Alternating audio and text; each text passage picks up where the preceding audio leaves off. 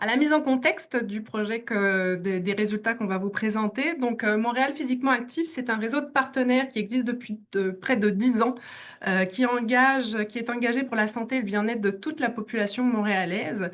C'est une centaine de partenaires qui travaillent tant sur le déplacement actif, le plein air, la pratique sportive, les événements sportifs, mais également tout le côté populationnel promotion. Donc, mieux connaître les populations à risque d'être inactifs et sédentaires à Montréal, leurs barrières et les facteurs facilitants, de façon à ce que les choix d'un mode de vie physiquement actif soient simples à faire. Puis quand on dit toute la population montréalaise, on parle notamment des tout petits. C'est en 2020, Véronique Gosselin d'ailleurs est à l'origine de ce projet de portrait avec Suzanne Laberge de l'Université de Montréal, l'école de kinésiologie.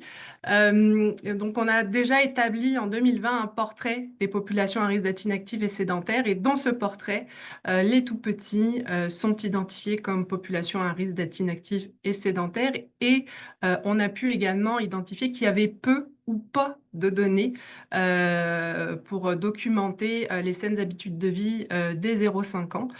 Donc, on a pu cette année engager les démarches pour en savoir davantage.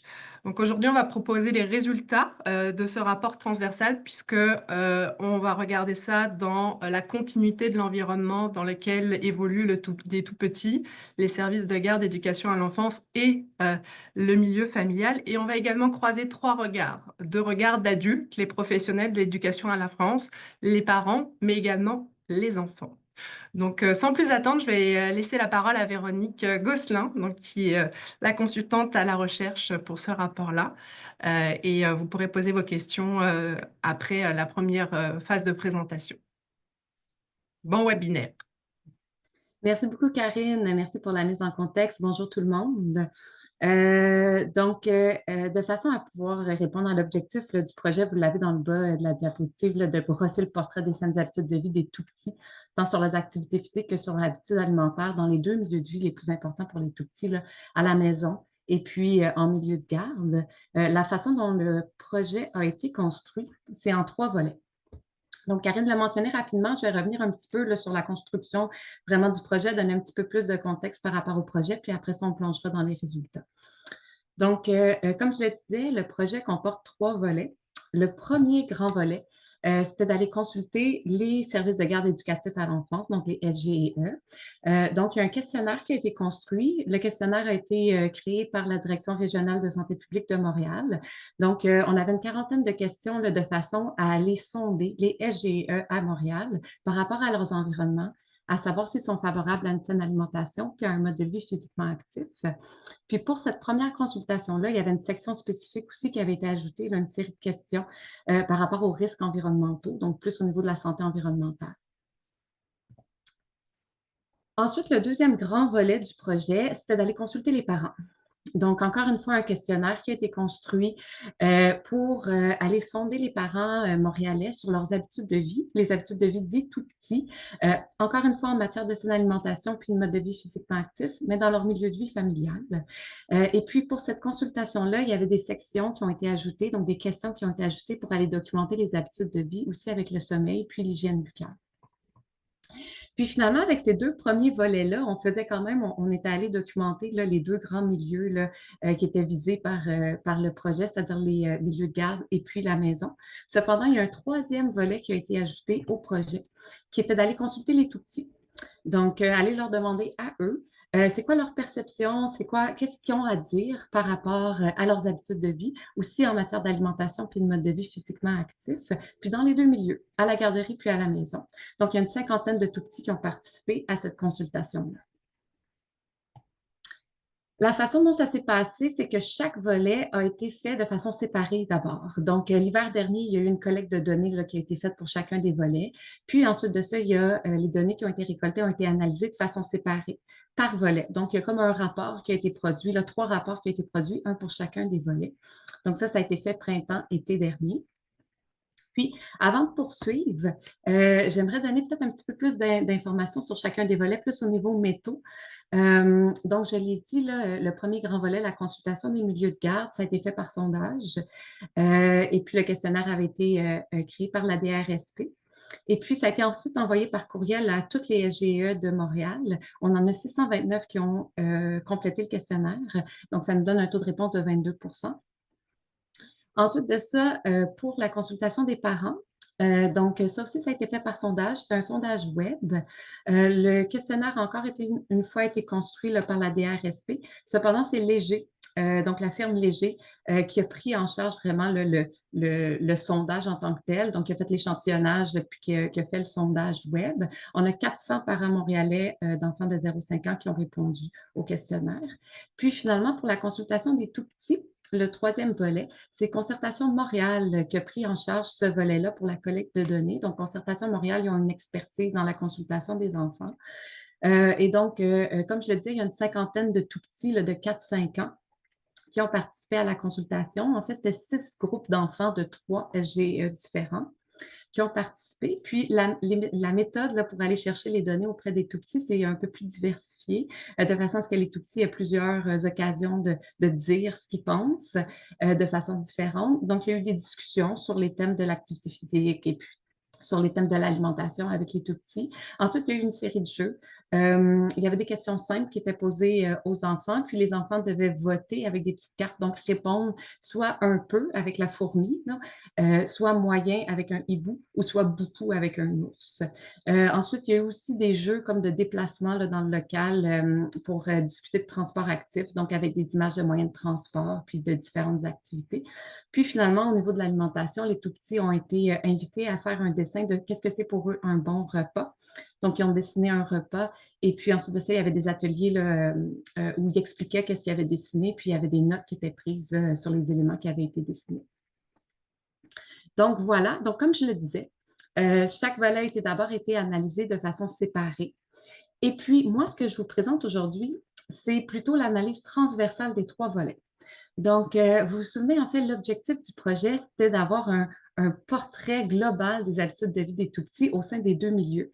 Et donc, l'analyse transversale visait à faire ça, vraiment de créer une synthèse des informations obtenues dans les 3 volets pour aller brosser ce portrait global-là au sein des 2 milieux, puis selon leur perspective aussi. Donc, moi, c'est ça que je vous présente aujourd'hui. Puis aussi, l'analyse transversale visait à aller interpréter les données, à voir qu'est-ce qu'on avait dans nos données par rapport au continuum des saines habitudes de vie sur les 2 milieux de vie. Est-ce que ça se ressemble à la maison, puis dans les milieux de garde? Est-ce qu'il y a des différences? S'il y a des différences, quelles sont-elles? Ensuite, au niveau des barrières et des facilitants, donc pour le mode de vie physiquement actif, pour la saine alimentation dans les 2 milieux de vie.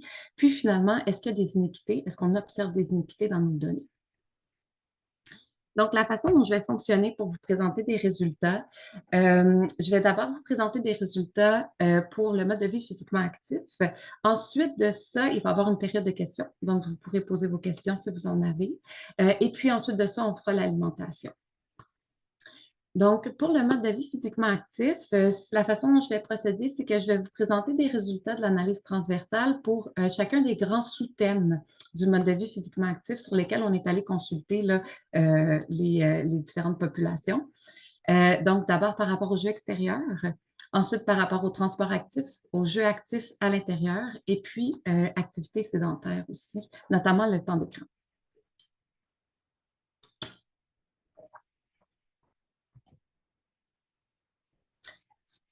OK. Donc, pour le jeu extérieur, donc peut-être un petit bref rappel, là, le jeu extérieur, c'est très important pour les tout-petits. Les tout-petits sont généralement plus actifs quand ils sont à l'extérieur par rapport à l'intérieur. Ils sont aussi actifs à des intensités plus élevées lorsqu'ils sont à l'extérieur. On sait que le jeu extérieur a aussi beaucoup de bienfaits pour les tout-petits, notamment au niveau du développement cognitif puis au niveau de leur confiance en soi. Donc, qu'est-ce que nos données nous ont dit par rapport au jeu extérieur? On est allé poser des questions pour la période estivale puis la période hivernale de façon séparée pour le jeu extérieur. Donc, ce que vous allez voir apparaître, c'est des résultats pour la période estivale. Donc, de mai à octobre. Donc, vous voyez un tableau apparaître. En fait, ce que vous voyez dans le tableau, c'est des résultats des 3 volets qui sont mis un à côté de l'autre pour pouvoir plus facilement les comparer. Donc, vous voyez, par exemple, dans les colonnes, là, la première colonne, vous avez des résultats pour les services de garde éducatifs à l'enfance. Ensuite, vous avez la consultation des parents qui est au milieu, à la maison. Puis, finalement, vous avez les enfants. dans la troisième colonne. Puis en ligne, vous avez des indicateurs, là, donc certaines données qu'on est allé chercher par rapport aux jeux extérieurs, ici en période estivale. Donc, qu'est-ce qu'on a ici par rapport aux jeux extérieurs? Qu'est-ce que nos données nous disent? D'abord que lorsque c'est l'été, les tout-petits, la vaste majorité des tout-petits semblent jouer dehors au moins une fois par jour lorsque c'est l'été. Donc, on voit qu'en milieu de garde, pour les 18 mois et plus, donc, pour les 18 mois et plus, en milieu de garde, on a 94 des milieux qui nous ont dit qu'ils amenaient les petits jouer dehors au moins une fois par jour. Puis pour les poupons, c'est ceux qui ont moins de 18 mois, c'est quand même près de 80 des milieux qui nous ont dit qu'ils sortaient dehors au moins une fois par jour. Lorsque vous voyez quelque chose soit en vert, soit en rouge ici en dessous, c'est que ce sous-groupe-là était différent au niveau statistique. Donc, vous le voyez apparaître. Par exemple, ici, ça ici, on a 77 des milieux qui nous ont dit qu'ils sortaient dehors au moins une fois par jour avec les poupons, mais c'est 91 pour les CPE. Donc, les CPE se distinguent à la hausse. Ensuite, on a quand même le 3/4 des parents aussi qui nous ont dit qu'ils jouaient dehors au moins une fois par jour avec leurs tout-petits lorsque c'est l'été. Pour les enfants, on a à peu près la moitié des enfants là, qui disent jouer dehors beaucoup à la garderie quand il fait beau. Puis on a 75 des enfants qui nous ont dit qu'ils jouaient beaucoup dehors à la maison lorsqu'il fait beau. En termes de durée, on voit aussi qu'il y a quand même plus de la moitié là, des SGE qui ont dit qu'ils jouaient au moins 1 heure en moyenne lorsqu'ils allaient dehors avec les tout-petits. 63 c'est 31 pour les poupons qui restent dehors au moins 1 heure en moyenne lorsqu'ils sortent dehors. OK, donc ça, c'est le portrait pour l'été. Si on regarde maintenant l'hiver, c'est assez différent. Donc, en période hivernale, ce que les données nous suggèrent, c'est que les tout-petits jouent moins souvent dehors. Donc, on voit les pourcentages baisser. Ici, en milieu de garde, c'était 94 qui sortaient au moins une fois par jour. Là, c'est 71 Pour les poupons, ça descend à 37 alors que c'était près de 80 l'été. Puis à la maison, la baisse est particulièrement importante. Là, c'était le 3/4 qui sortait tous les jours lorsque c'est l'été, puis ça descend à 29 des parents qui nous ont dit qu'ils sortaient au moins une fois par jour lorsqu'on est en période hivernale. Les tout-petits jouent aussi moins longtemps dehors en milieu de garde, donc on n'a pas questionné les parents par rapport à ça.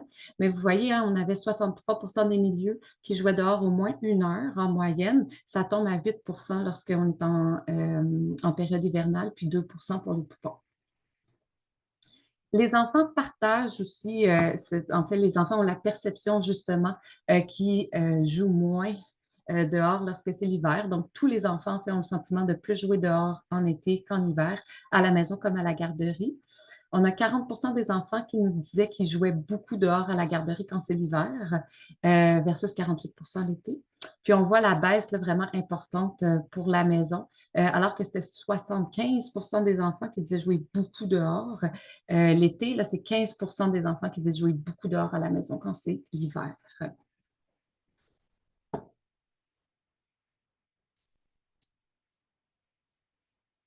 Donc, ensuite, on est allé aussi un peu questionner, c'est quoi les facteurs qui influencent le jeu à l'extérieur? Je pense que le résultat le plus intéressant là, par rapport aux facteurs qui influencent le jeu extérieur qu'il y avait dans nos données, c'était par rapport au milieu de garde. Ce qu'on a vu dans les données par rapport au milieu de garde, c'est que les milieux de garde qui nous disaient qu'il y avait accès à une cour extérieure qui est assez grande pour que les enfants puissent courir librement, c'était positivement associé pour les 18 mois et plus, à la fréquence de jeu extérieur pendant l'hiver. Et puis, ça a une influence encore plus importante pour les poupons. Les milieux qui nous disaient qu'il y avait accès à une grande cour, c'était positivement associé à la fréquence de jeu extérieur en toute saison, et puis aussi avec la durée de jeu, avec le temps moyen de jeu extérieur pendant l'hiver.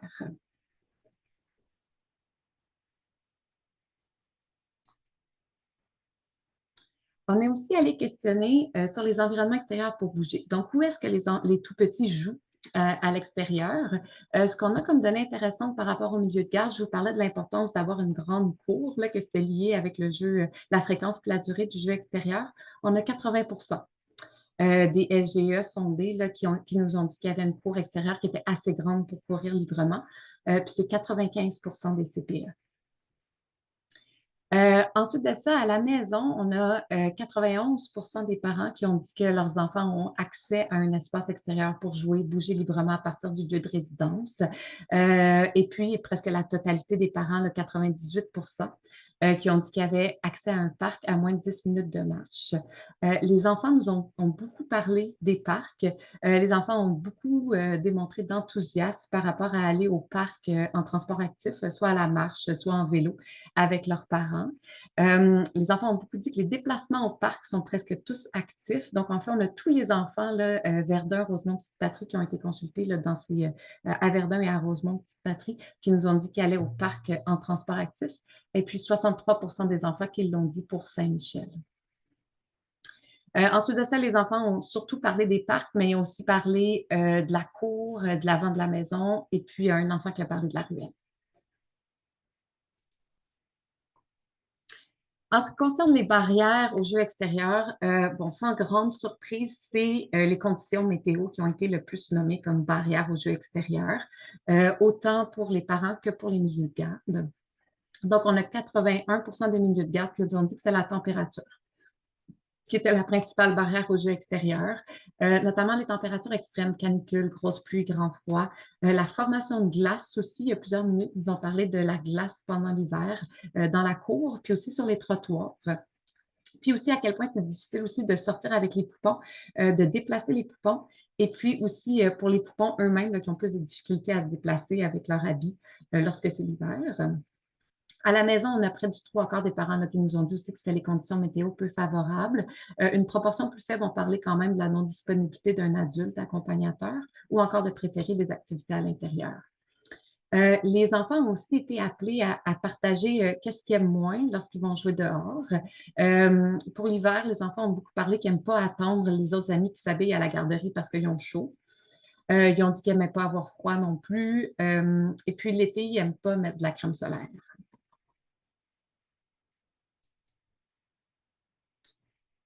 Pour ce qui est du transport actif, dans la consultation des enfants, les tout-petits ont quand même démontré que dans leurs propos, là, le transport actif semble occuper quand même une partie importante de leur quotidien ou au moins de leur semaine. Les enfants ont quand même le sentiment de se déplacer activement pour la majorité de leurs activités. Donc, les activités qui étaient discutées dans la consultation, aller à la bibliothèque, aller à l'épicerie, au parc, à la garderie, chez le médecin, puis à la piscine. Et puis, les enfants étaient appelés à dire, là, pour chacune de ces activités-là, comment est-ce qu'ils s'y rendent en général. Puis, si on prenait le total de toutes les réponses là, pour toutes les activités, les déplacements actifs, c'était un 62 des réponses. Du côté des parents, on a 61 des parents qui nous ont dit qu'ils utilisaient au moins un mode de transport actif au moins 3 fois par semaine. Ça monte à 89 pour ceux qui habitent dans le centre-sud, 67 pour les mères. Mais on a aussi une majorité de parents là, qui rapportent utiliser la voiture, donc 67 au moins 3 fois par semaine.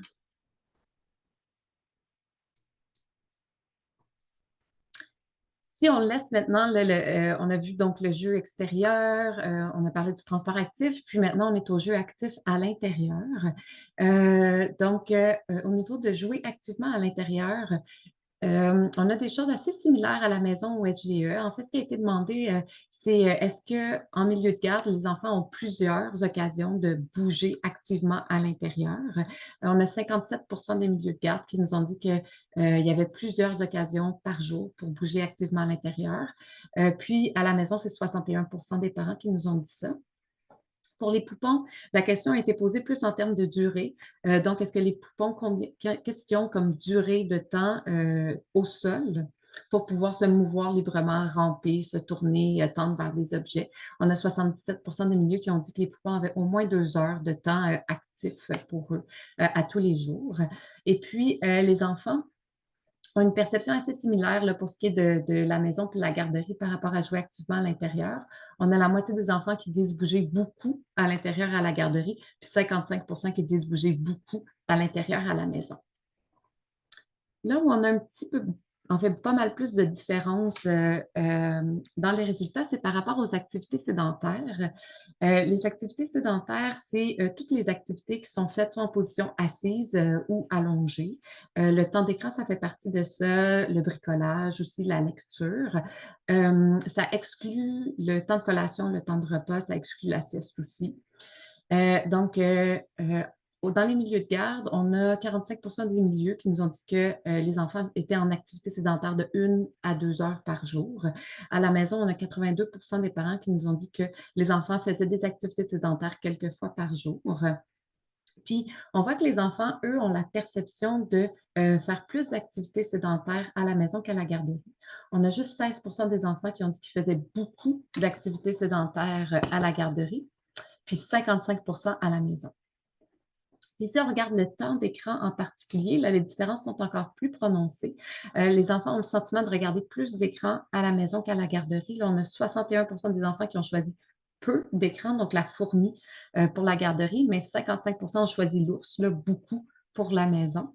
Puis on le voit aussi dans les données là, des deux autres consultations, 53 des milieux de garde nous ont dit qu'ils utilisaient les écrans versus le 3/4 des parents. Puis c'est surtout dans l'utilisation plus intensive des écrans où on voit apparaître des grosses différences.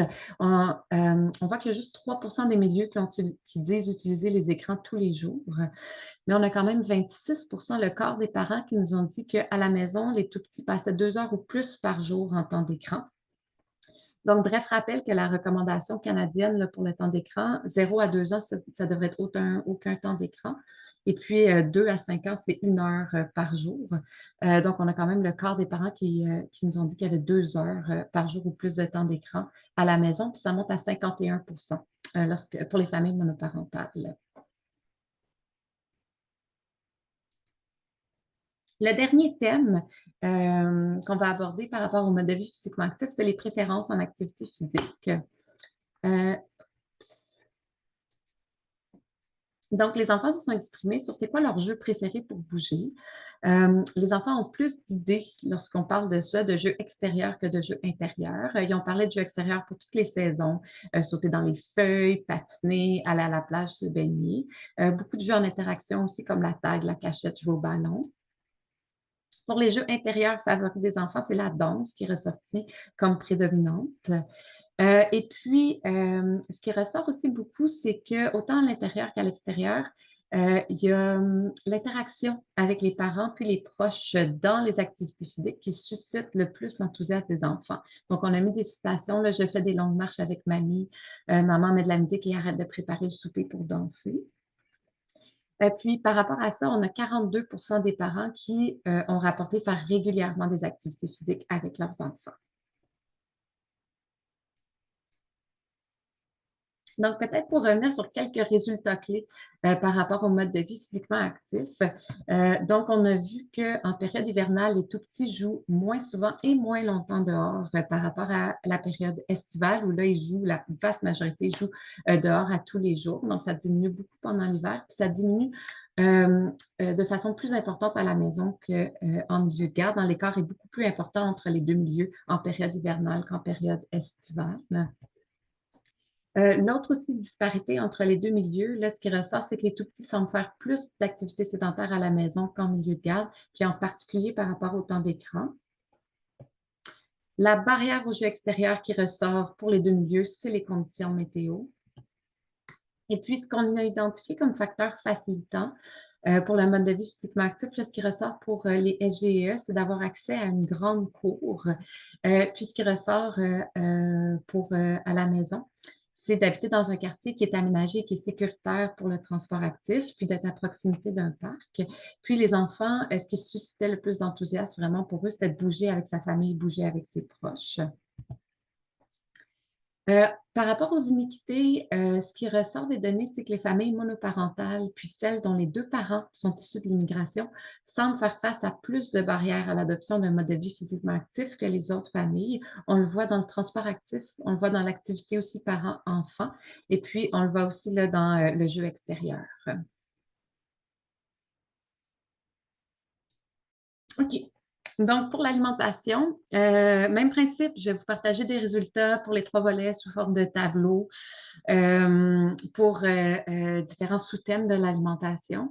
Pour l'alimentation, le cadre d'analyse qui a été utilisé là, pour la création des sous-thèmes puis pour organiser les résultats, c'est celui de Gazelle et Potiron. Donc, Gazelle et Potiron qui est le cadre de référence en saines habitudes de vie, donc pour la saine alimentation, pour le jeu, les réactifs aussi, dans les milieux de garde.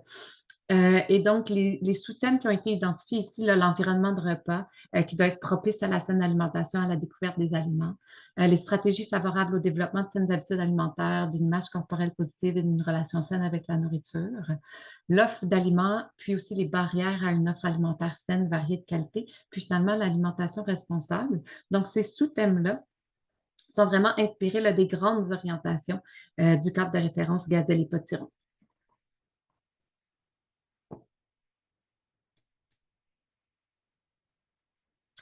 Donc, par rapport à l'environnement de repas, donc Gazelle et Potiron recommandent d'assurer un environnement de repas qui est propice à la saine alimentation, à la découverte des aliments, notamment en accordant assez de temps dans la journée aux périodes de repas puis de collation, puis aussi en favorisant une atmosphère qui est agréable à l'occasion des repas, notamment que les tout-petits mangent avec des adultes qui sont importants pour eux.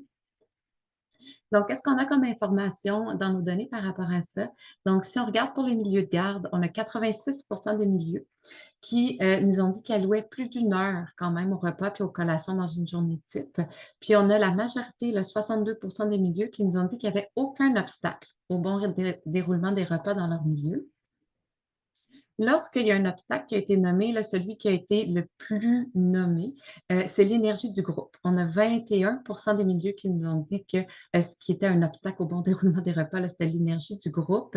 Ensuite de ça, suite à l'énergie du groupe, là, il y avait aussi une certaine quantité, je pense un 10 qui ont parlé du bruit ambiant, puis un 5 qui ont parlé de la taille des groupes comme obstacle.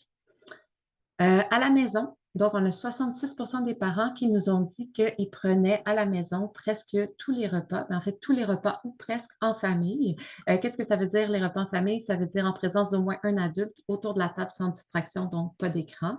Ce pourcentage-là augmente à 72 pour les parents qui ont une scolarité de niveau universitaire, puis à 87 lorsque le revenu familial est 160 000 par année ou plus. Qu'est-ce que les enfants nous ont dit par rapport à l'ambiance de repas ou au déroulement des repas? Ils ont beaucoup parlé de avec qui ils mangent. Donc, il y a très peu d'enfants là, qui ont dit qu'ils mangeaient seuls, autant à la maison qu'à la garderie. La vaste majorité des enfants ont dit qu'ils mangent avec la famille lorsqu'ils sont à la maison, puis avec les autres enfants puis l'éducatrice lorsqu'ils sont à la garderie. Maintenant, la deuxième thématique pour l'alimentation, c'est les stratégies favorables au développement de saines habitudes alimentaires, image corporelle positive, puis relations saines avec la nourriture. Puis ces stratégies-là, en fait, ça inclut de notamment respecter les signaux de faim et de satiété des tout-petits. Donc, c'est-à-dire que ça devrait être les tout-petits qui décident de la quantité d'aliments qu'ils mangent. Puis aussi de ne pas utiliser les aliments comme outil de négociation. Donc, qu'est-ce qu'on a dans nos données par rapport à ça? Donc, ici, le tableau que vous avez, c'est pour l'appétit, la satiété. On a en milieu de garde 86 des milieux qui nous ont dit que c'est toujours ou souvent les enfants qui déterminent la quantité d'aliments qu'ils mangent. Et puis à la maison, c'est 84 des parents là, qui nous ont dit que c'est habituellement les enfants qui décident de la quantité d'aliments qu'ils mangent. Pour les enfants qui ont été consultés faisaient une distinction assez importante entre qu'est-ce qui se passe à la garderie et qu'est-ce qui se passe à la maison par rapport à ça. La grande majorité des enfants disent qu'ils ne peuvent pas s'arrêter de manger quand ils n'ont plus faim, seulement lorsqu'ils sont à la maison. On vous a mis des citations. Il faut manger encore 4 bouchées ou je peux arrêter de manger, mais je n'ai pas de dessert. Alors que ça, c'était beaucoup moins présent à la garderie. La deuxième stratégie, comme je l'ai mentionné, c'est l'utilisation des aliments comme outil de négociation. Donc, par rapport à ça, on a 92 des milieux de garde qui ont dit qu'ils n'utilisaient jamais la nourriture, soit comme récompense, soit comme punition dans leur milieu. On a 44 des parents qui, eux, l'utilisent jamais, soit comme récompense, soit comme punition lorsqu'ils sont à la maison. Et puis, les enfants font aussi cette différence-là là, qu'on voit dans les deux autres consultations là, entre qu'est-ce qui se passe à la garderie et qu'est-ce qui se passe à la maison par rapport à ça. Et puis, les enfants, en fait, disent que les aliments sont utilisés comme outil de négociation à la maison, mais pas à la garderie. Puis, à la maison, ils rapportent que c'est pas qu'on les prive d'un aliment pour les punir, mais c'est plus que s'ils ont un bon comportement, on va leur donner un aliment comme récompense. Puis, dans ce cas-là, c'est souvent des aliments sucrés.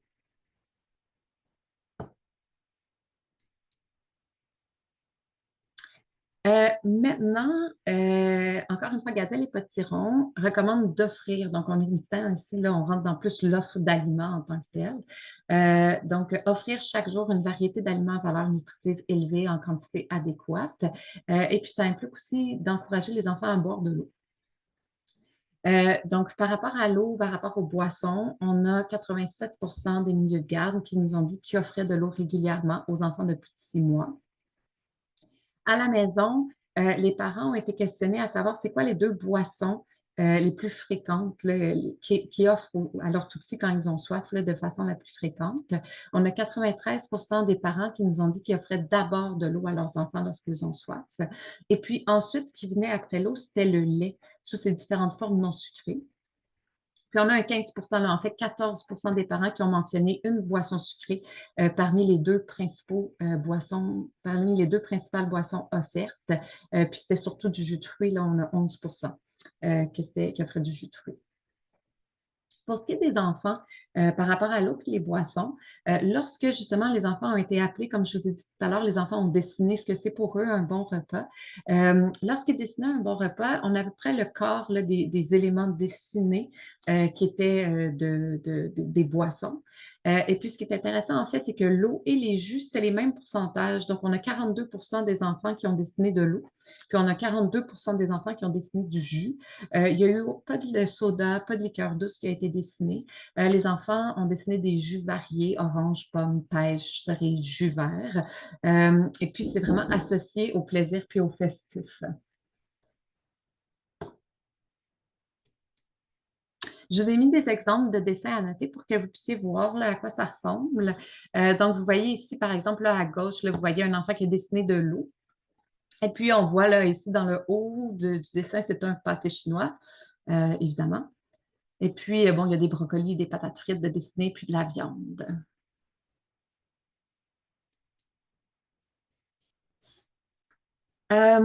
Donc, je poursuis avec l'offre d'aliments.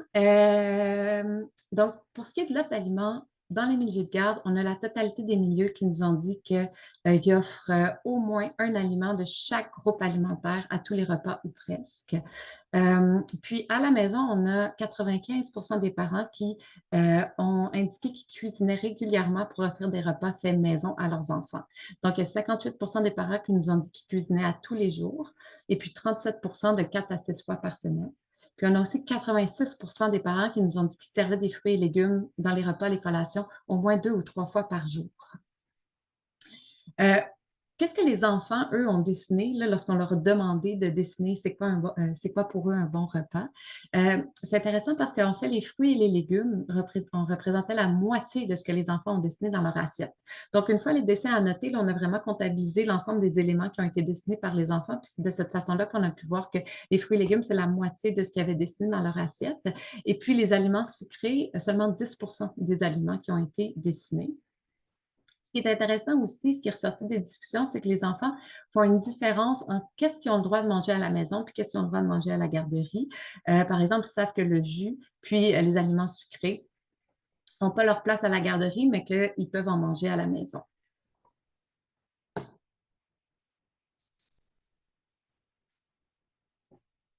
En ce qui concerne les barrières à une offre alimentaire saine, variée et de qualité, on a la même proportion de milieux de garde puis de parents qui nous ont dit qu'il y avait au moins un obstacle à leur capacité d'offrir une alimentation saine, variée aux tout-petits. Pour ce qui est des milieux de garde, c'est le coût des aliments qui est l'obstacle qui ressort le plus souvent. Donc, 39 des milieux de garde, 57 pour les CPE. Ensuite, la dépendance à un service de traiteur, puis aussi d'avoir des installations qui sont inadéquates pour cuisiner. Ça a aussi été mentionné par le milieu. Pardon. À la maison, ce qui ressort le plus, c'est la gestion du temps. Donc, la gestion du temps, c'est l'obstacle le plus important. Manque de temps pour préparer les repas, puis l'horaire de travail et d'activité aussi.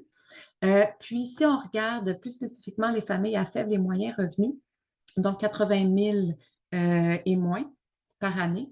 Là, c'est le coût des aliments sains qui ressort davantage. Et puis, quand même dans une proportion beaucoup plus faible, mais ça ressort davantage pour les familles à faible et moyen revenu, l'accès limité ou difficile à une épicerie.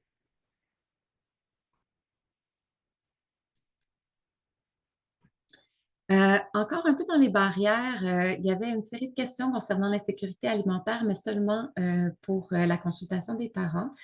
Puis en fait, on a 35 des parents sondés qui ont rapporté avoir connu au moins une situation qui reflète de l'insécurité alimentaire, soit au cours de l'année ou du mois qui précédait l'enquête.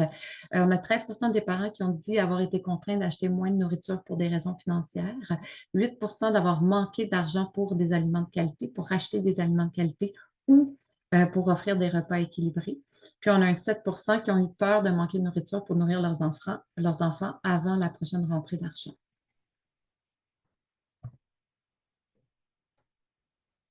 Le dernier thème pour l'alimentation porte sur l'alimentation responsable là, dans une perspective de développement durable. En fait, il y a un complément à Gazelle et Potiron qui porte sur l'alimentation responsable. Ce complément-là recommande de privilégier l'achat d'aliments qui sont à valeur nutritive élevée, des aliments qui sont locaux, responsables, puis aussi de tenter de faire plus de gestes là, pour favoriser un système alimentaire durable, notamment en réduisant la quantité de viande rouge qui est consommée. Et donc, il y avait des questions qui portaient aussi sur la thématique de l'alimentation responsable dans les consultations. Les milieux de garde, on a près du 3/4 quand même qui nous ont dit que ils combinaient la viande avec des protéines végétales dans les recettes. Puis on a 43 qui ont dit offrir aussi des repas végétariens. Pour ce qui est des parents, on a 25 des parents qui ont dit combiner la viande avec des protéines végétales dans leurs recettes, quand même beaucoup moins par rapport au milieu de garde. On a un 39 donc plus similaire, là, qui offre aussi des repas végétariens.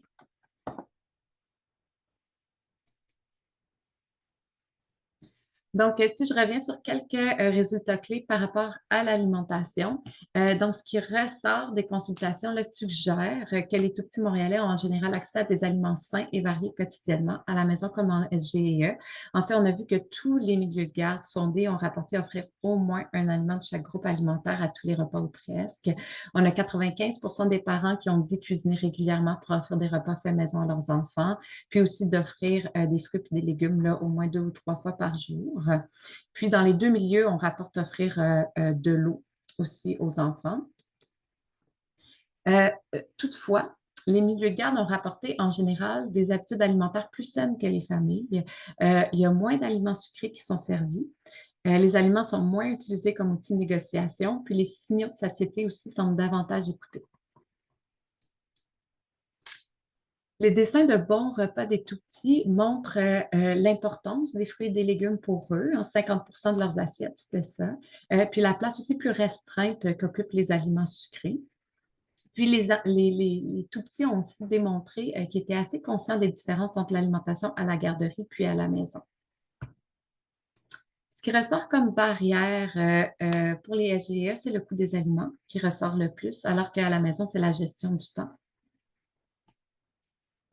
Et puis, nos données suggèrent aussi que l'insécurité alimentaire, c'est un enjeu important pour les familles à Montréal. Ça touche une famille sondée sur 5 dans nos données. C'est un résultat qui est supérieur à celui qui avait été obtenu par l'enquête canadienne sur le revenu en 2021, qui en 2021 avait chiffré l'insécurité alimentaire à 16 pour les familles à Montréal. Puis nous, ce qu'on voit aussi dans nos données, c'est que l'insécurité alimentaire touche davantage les familles à faible et moyen revenus, les familles monoparentales, puis aussi les familles dont les deux parents sont issus de l'immigration.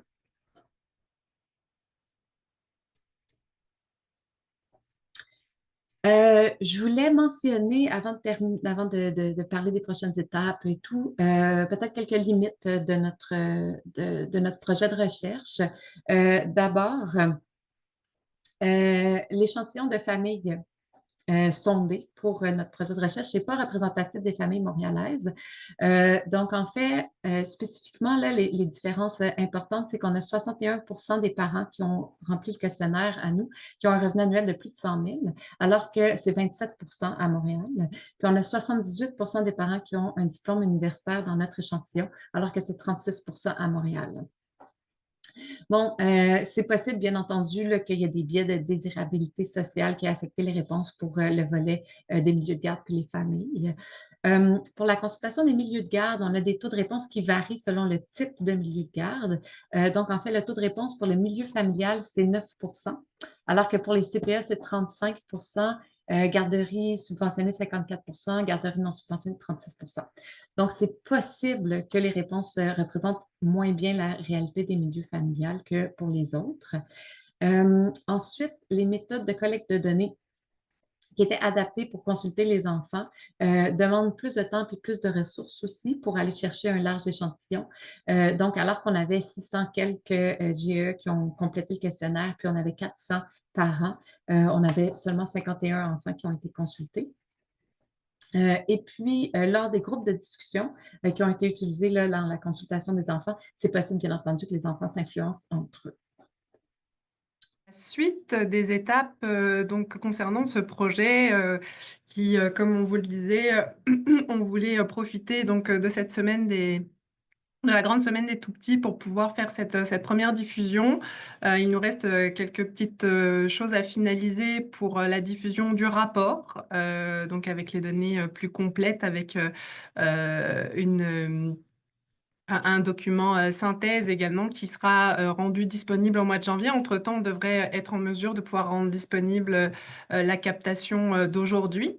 Donc au printemps, on va s'assurer faire du transfert de connaissances et de mobiliser donc les milieux de la petite enfance avec un certain nombre d'activités qui leur seront proposées. Donc on est en train d'organiser cette phase-là du projet. Voilà pour ce qui est des prochaines étapes. Au plaisir, bonne fin de journée à vous et puis bonne semaine si vous avez d'autres activités en lien avec la grande semaine des tout-petits. Merci.